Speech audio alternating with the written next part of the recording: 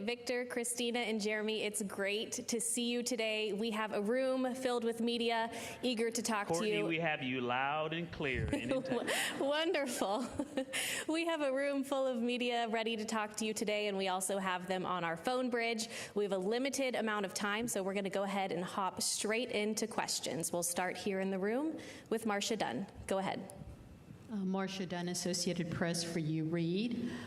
Could you please describe your emotions when Jeremy called down to Mission Control to ask permission to name a lunar crater after your late wife, Carol? It was a pretty emotional, powerful moment down here.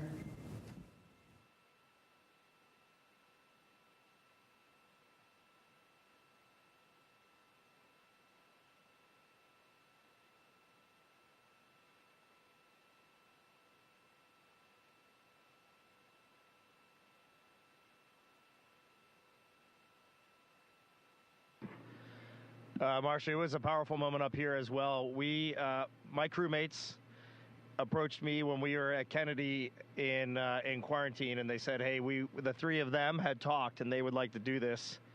And that was an emotional moment for me. And I just thought that was just a total treasure that they had thought through this and they had offered this. And I said, absolutely, I would love that. I think that's just the best. And I said, but I can't give the speech. I can't give the talk. And Jeremy, the kind of guy he is, he said he would do it. And it was getting emotional there. And I think when Jeremy spelled Carol's name, Carroll, I think for me, that's when I was overwhelmed with emotion. And I looked over and Christina was crying. I put my hand down on Jeremy's hand as he was still talking. It was right there on that rail. And I could just tell he was trembling, and we all pretty much broke down right there. And just for me personally, that was kind of the pinnacle moment of the mission for me. That was, I think, where the four of us were the most forged, the most bonded, and we came out of that really focused on that day ahead. I think that was a very caging moment for the four of us. Thank you for that question, and it was a great moment. We'll take our next question in the room here from Joey. Go ahead. Thanks.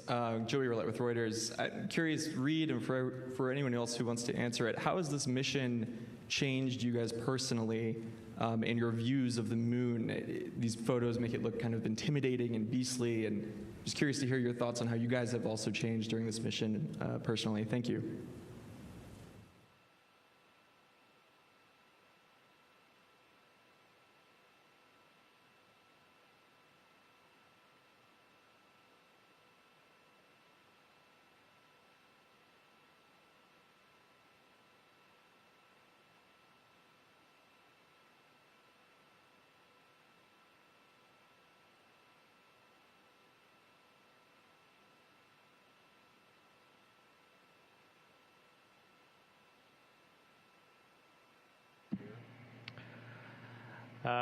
I had an opportunity earlier to answer this question from my own perspective, and we have seen just some extraordinary things that I thought we might see. They looked similar to what I thought they might look like, and other things that I just had never even imagined. And those were different perspectives that we saw these things from, but I have to say, it hasn't changed my perspective or the perspective that I launched with. The perspective I launched with was that we live on a fragile planet in the vacuum, in the void of space. We know this from science. We're very fortunate to live on planet Earth. And the other perspective that I've sort of learned from others through life is that our purpose on the planet as humans is to find joy, to find the joy in lifting each other up by creating solutions together instead of destroying. And when you see it from out here, it doesn't change it. It just absolutely reaffirms that. It's almost like seeing living proof of it. Okay, we'll go ahead and take one more question here in the room and then head to our phone bridge. If you are on the phone bridge and have a question, just a reminder to press *1. Jackie, go ahead. Hi, Integrity. It's so wonderful to speak with you. This is Jackie Waddles with CNN. Obviously, there is a huge moment coming up with reentry. Can you describe your feelings, how you're preparing for that moment mentally and physically? And then as you prepare for the end of the journey, what are some moments that you know that you'll take with you for the rest of your life from this journey? Thank you.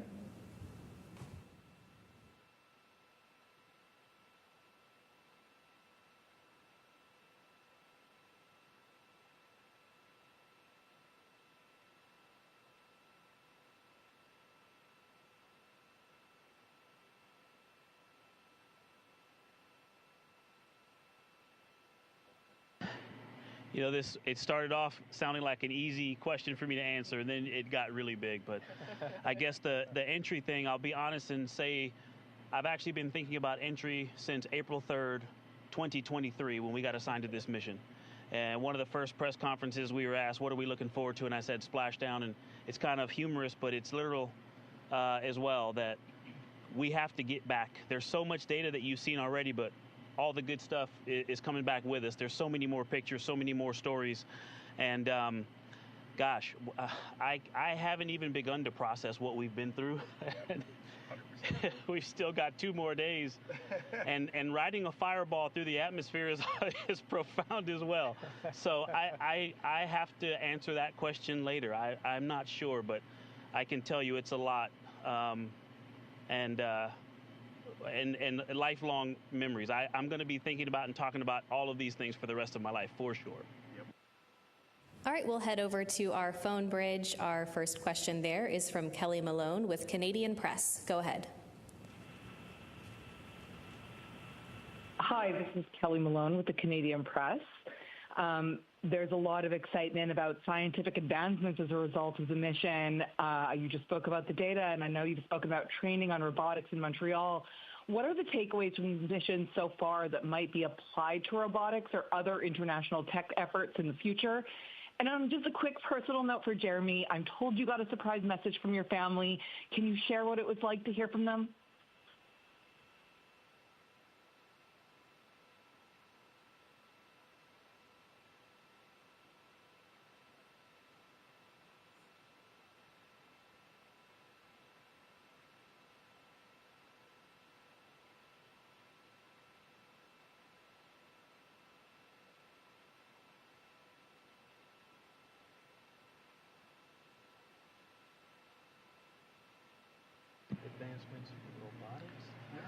Well, when I think about the Artemis program in general, we've already seen some investments in pushing robotic technology forward for deep space that we're going to see put to good use in one way or another. And this is the beauty of this program that brings an international collaboration, sets big goals, and doesn't just talk about them, but goes after them and gets it done. We're going to need the advances in robotics. It's really hard out here. We're a long way from home. We've been learning the entire journey. We've been watching Mission Control learn. You do a lot of testing on the ground, but your final test is when you get this hardware to space, and it's a doozy. And our team has just performed. They've just knocked it out of the park, but it doesn't mean it might look easy from the outside. We can tell they are working so hard on the ground to do this, and we really appreciate them. And so when we get these next generation robotics on the surface of the moon and out in deep space, there's going to be some challenges, there's going to be some failures along the way, and there's going to be some learning that happens. On the personal note, yes, I had some videos from all of my family, my 3 children, Devin, Ashley, and Caitlin, and my wife, Catherine. And when you're out in deep space by the moon and you are listening to a video they recorded for you before you launch, that's something. We all had it so great. Yep. Okay, our next question is from Micah Maidenberg with the Wall Street Journal. Hi, good evening. For anybody who'd like to answer, how do you think the flight has contributed to the broader Artemis program? Of course, it's not over yet, but what do you think the crew has already brought to the table for the next couple of missions? Thank you.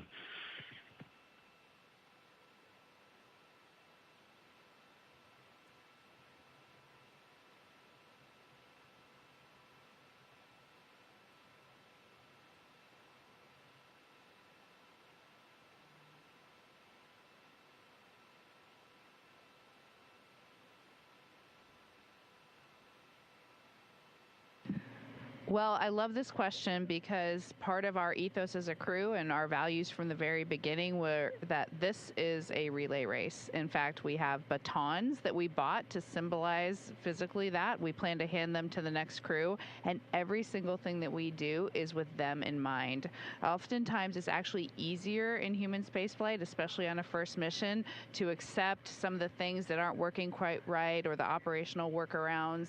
And we have actually been diligent to try try to fix everything. And we're always thinking from the perspective as what is the next crew going to think about this? How will this help them to succeed? So manual piloting the vehicle, making sure that the procedures and the processes for making everything work are all as they should be. Then there's the human side of it. How are our provisions? How are our food? How is the human system working in here? Taking the time to do all of the developmental flight test objectives that have been scheduled. So both in the vehicle and all in the last 3 years, we've really just worked to make sure that they are set up for success, and that's all of the teams, not just the crew, but the flight control teams, the mission engineering rooms, the launch teams, everyone. We've done our best to bring folks together and to make sure that we can be the best we can be. Obviously, just testing, putting humans in this vehicle is the easy thing to see, and we hope that we've capitalized on that and made it as much as it can be for our time here. Our next question is from Alex Wilson with the Weather Channel. Hi, guys. Thank you so much for your time. You're space experts, yet time and time again, we've heard you amazed by things that you've seen on this mission. So what has been the biggest scientific surprise or discovery for you?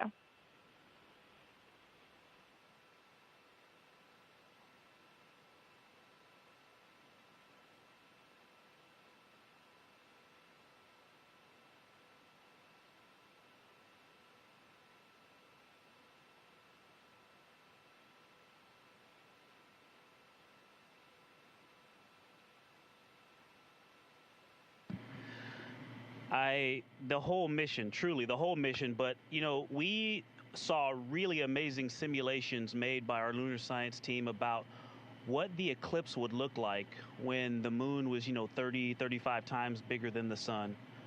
But seeing that,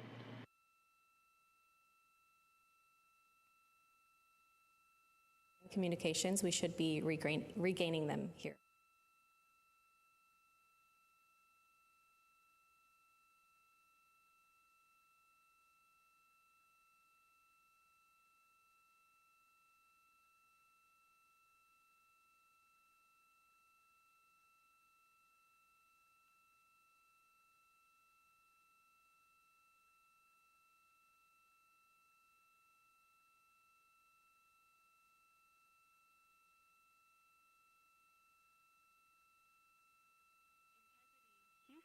We lost your video and handheld mic audio stream. We are troubleshooting.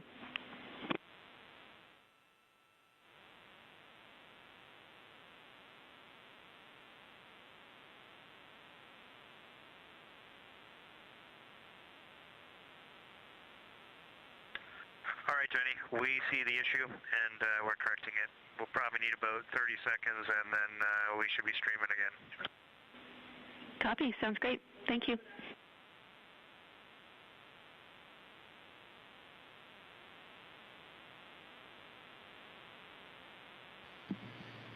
okay, comm check. How about now? Are we back with you? And Jenny, how much of Victor's answer did you hear? Yeah, we have you back, video, and the handheld mic seems to be back up too, and Victor should repeat his answer. Over to PAO.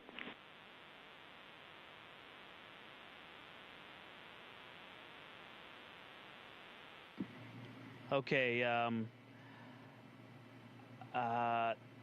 the thing that we saw that really surprised me the most is we trained to view the eclipse from the far side of the moon, or after going beyond the far side of the moon. We saw great simulations made by our lunar science team, but when that actually happened, it just blew us all away. I mean, you heard the reaction real time, but it was the fact that we trained for it, and it almost was a thing that we were, I don't want to say unhappy about, but launching on April 1st meant the far side wasn't as illuminated as we were hoping. And so, you know, that thing seemed to be a consolation, and it was one of the greatest gifts of that part of the mission. Okay, we'll come back here in the room to Andrea. Go ahead. Hi, Andrea Leinfelder of the Houston Chronicle. I'd like to hear about life inside Orion. Christina, in the fall you said the capsule would feel bigger in microgravity. Does it feel bigger? And at what moments do you find that you're bumping into your crewmates? And what tips will you be given to future crews?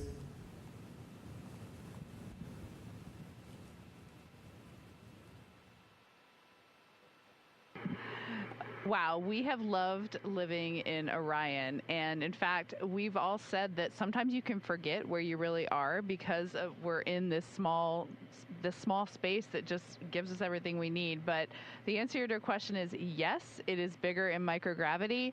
And yes, we are bumping into each other 100% of the time. A phrase that you often hear in the cabin is, don't move your foot. I'm just going to reach for something right under it. Or, can I get there? And my goal is to get over there. And we're constantly moving around, whether it's to complete a task, to just eat, to look out the window, to take a picture. Everything we do in here is a 4-person activity. But it's also really fun. Okay, we'll take our next question from Will. Go ahead. Thank you, Will Robinson-Smith with Spaceflight Now. It's good to talk with you all. Victor, I want to go to a comment that you made a couple of hours into the lunar observations. You said, and I quote you here, "The Terminator is calling to me." What was it about the observation of the Terminator specifically that was so captivating for you and the rest of your crew? Thank you.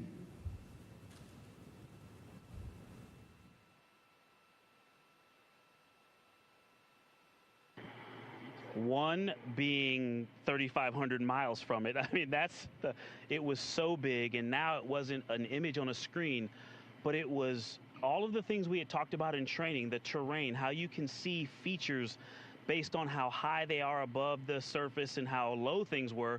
And there were holes that, craters that appeared to just be endless, bottomless pits, and then peaks that seemed to be, I couldn't tell how high, but you could just really get a sense of the relief down on the surface. And to look down on it from so close or over at it from so close was just, it was hard to describe.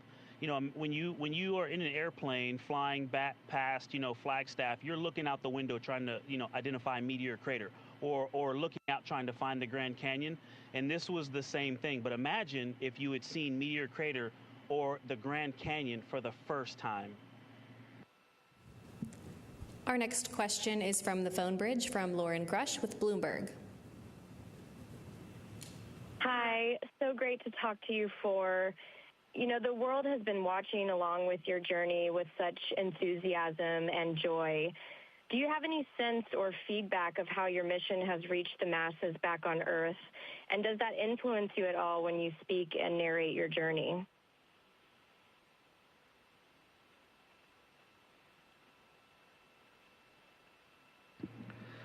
Thank you for this question. We have had, I'm going to answer it a little bit differently than it was asked, but I'll get there in a second. But we have had a chance, the four of us, we've had 2 opportunities each to have very brief video chats with our families. And I will tell you, first of all, the 4 of us are now forged in a friendship that is very unique, and we will cherish this bond that we share for the rest of our lives. And then one of the neatest things being a crewmate on this spacecraft is not being in the family conference, but hearing your crewmates giggling and crying and just gasping and listening and loving their families from afar. Family is so important to all 4 of us, and that has been amazing. And when I got to talk to my daughters, Ellie and Katie, for the first time, I just couldn't even speak. I was just so overjoyed. I was crying. I mean, it is an amazing experience. But what also came from that is really our source of news on planet Earth. And those family members have been our source of how the mission is going from the public perspective. Obviously, they're all biased. Although most of our kids are teenagers, so maybe they're not quite that biased. But they're biased. But what we had really hoped and we said it a lot before. I mean, we really are here to serve NASA, to serve our two nations, Canadian Space Agency, NASA, and the international community, and we're here to serve for Artemis III. But what we really hoped in our soul is that we could, for just a moment, have the world pause and remember that this is a beautiful planet in a very special place in our universe, and we should all cherish what we have been gifted. And I think for the folks that decided to tune in, and it sounds like it was quite a few, this has happened, and for that we are eternally grateful. Our next question is from Noah Haggerty with the Los Angeles Times. Hey, great to hear from you all. You had 40 minutes of a pretty profound solitude. You were, farther from Earth than any humans before you. No means to communicate with Earth. It was really just the four of you, the spacecraft, and the moon. Can you talk us through what that moment felt like?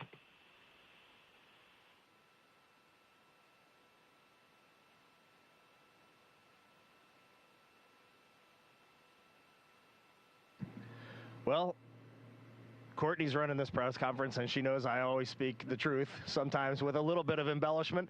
But I will tell you exactly as it went. When we watched that Earth eclipse behind the moon, wow, I'm actually getting chills right now just thinking about, my palms are sweating. But it is amazing to watch your home planet disappear behind the moon. You could see the atmosphere. You could actually see the terrain in the moon projected across the Earth as the Earth was eclipsing behind the moon. It was just an unbelievable sight. And then it was gone. It was out of sight. And we took a moment here. We had a lot of scientific work to do right there. That was probably the most critical lunar observations for our geology team. But the four of us took a moment. We shared maple cookies that Jeremy had brought, and we took about 3 or 4 minutes just as a crew to really reflect on where we were, and then it was right back into the science. And it is a surreal feeling, but we had a lot of work to do too, and I think that kept our focus. And so it's only come later, and we still haven't even begun to reflect on this mission. We had a little bit of a light work day yesterday, and we were starting to journal and reflect a little bit. And there's a lot that our brains have to process. Human minds should not go through what these just went through, and it is a true gift. And we have a lot that we just need to think about and journal and write, and then we'll get the full feeling of what we just went through. Take our last question here in the room. Go ahead. Hello, Artemis crew. This is Rebecca Morell from BBC News. Now you're almost home. What will you miss most about being in space, and what won't you miss at all?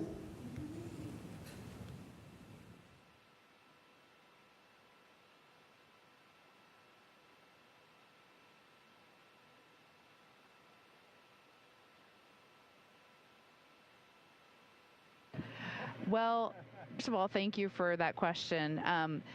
I will miss this camaraderie. I will miss being this close with this many people and having a common purpose, a common mission, getting to work on it hard every day across hundreds of thousands of miles with a team on the ground. This sense of teamwork is something that you don't usually get as an adult. I mean, we are close brothers and sisters. 100%. And that is a privilege we will never have again. I have to say, I don't think there's anything I would say I won't miss or that I'm just ready to be over, because this whole thing is a package. We can't explore deeper unless we are doing a few things that are inconvenient, unless we're making a few sacrifices, unless we're taking a few risks, and those things are all worth it. All right, that's unfortunately all of the time we have for today. Reed, Victor, Christina, and Jeremy, you have captivated the world through this mission. We're all watching, we're all cheering you on, and we can't wait to welcome you home in a few days. Thanks for joining.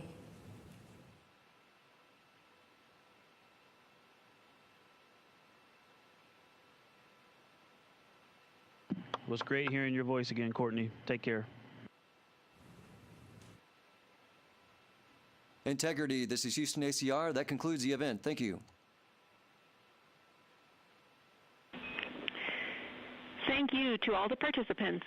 Integrity, we are now resuming operational audio communications.